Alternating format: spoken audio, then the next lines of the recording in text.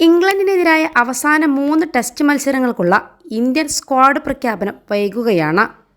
Star batter Virat Kohli കളിക്കുമോ എന്ന കാര്യത്തിൽ വ്യക്തതയ്ക്കായി സെലക്ടർമാർ കാത്തിരിക്കുന്നതായാണ് റിപ്പോർട്ടുകൾ.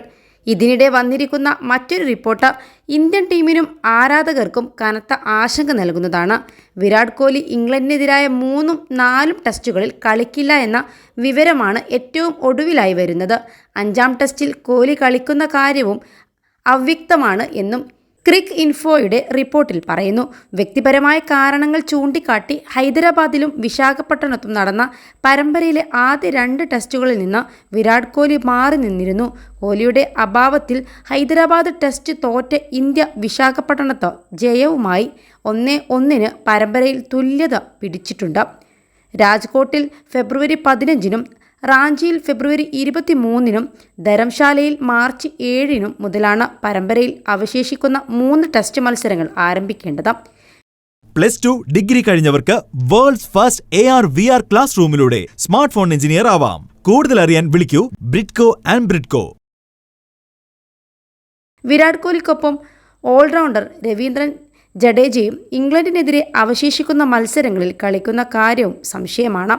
ആദ്യ ടെസ്റ്റിനിടെ പരിക്കേറ്റ ജഡ്ഡു ബംഗളൂരുവിലെ ദേശീയ ക്രിക്കറ്റ് അക്കാദമിയിൽ തുടരുകയാണ്. അതേസമയം ആദ്യ ടെസ്റ്റിനിടെ പരിക്കേറ്റ മറ്റൊരു താരമായ KL രാഹുൽ രാജ്കോട്ടിലെ 3ാം ടെസ്റ്റിലും മടങ്ങിയെത്തിയേക്കും.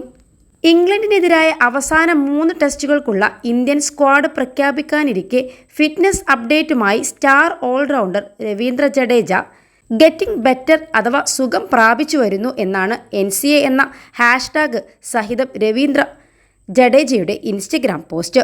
21 ലക്ഷത്തോളം സന്തുഷ്ടരായ ഉപഭോക്താക്കളും 2 ലക്ഷത്തോളം തിമിര ശസ്ത്രക്രിയകളും പൂർത്തിയാക്കിയ മലബാറിലെ ഏക കണ്ണാശുപത്രി Al Salama high hospital, hospital road, Perinthalmanna. ബംഗളൂരുവിലെ ദേശീയ ക്രിക്കറ്റ് അക്കാദമിയിൽ നിലവിൽ ചികിത്സയിലാണ് ജഡേജയുള്ളത്.